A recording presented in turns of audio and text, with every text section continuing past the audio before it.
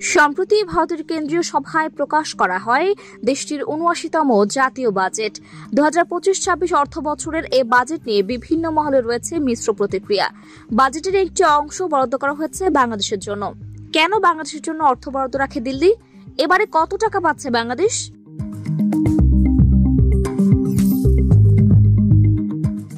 ভারতের প্রতিবেশী দেশগুলোর জন্য বাজেটে আর্থিক বরাদ্দ রাখার প্রথা দীর্ঘদিনের।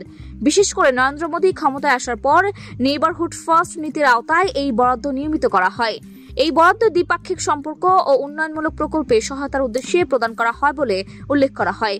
কিন্তু বিশ্লেষকদের মতে প্রতিবেশী দেশগুলোর উপর প্রভাব বিস্তার এবং দক্ষিণ এশিয়ার ছোট দেশগুলোকে চীনের বিপক্ষে কাজে লাগানোই এই বরাদ্দের মূল লক্ষ্য।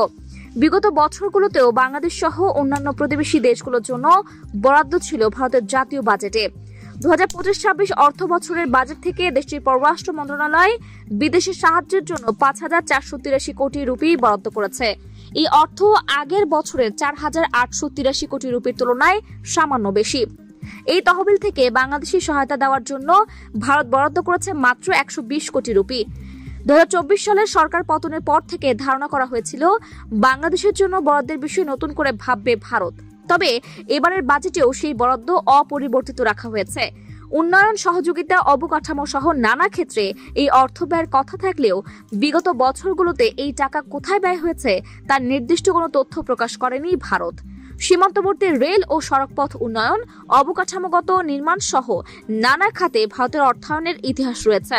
তবে সেসব অর্থায়নকে বিনিয়োগ বলতেই বেশি আগ্রহী বিশ্লেষকরা। কারণ বাংলাদেশের বিলিয়ন ডলারের বাজার ধরে রাখতে এসব স্থাপনা অপরিহার্য ভূমিকা পালন করে ভারতের জন্য। ২০২৫-২৬ অর্থ বছরে ভুটানের জন্য বরাদ্দ হয়েছে ২,১৫০ কোটি রুপি। নেপাল ও শ্রীলঙ্কার জন্য রাখা হয়েছে যথাক্রমে ৭০০ ও ৩০০ কোটি রুপি। এছাড়া মরিশাস পাবে ৫০০ কোটি, আফগানিস্তান ১০০ কোটি, মিয়ানমার ৩৫০ কোটি রুপি।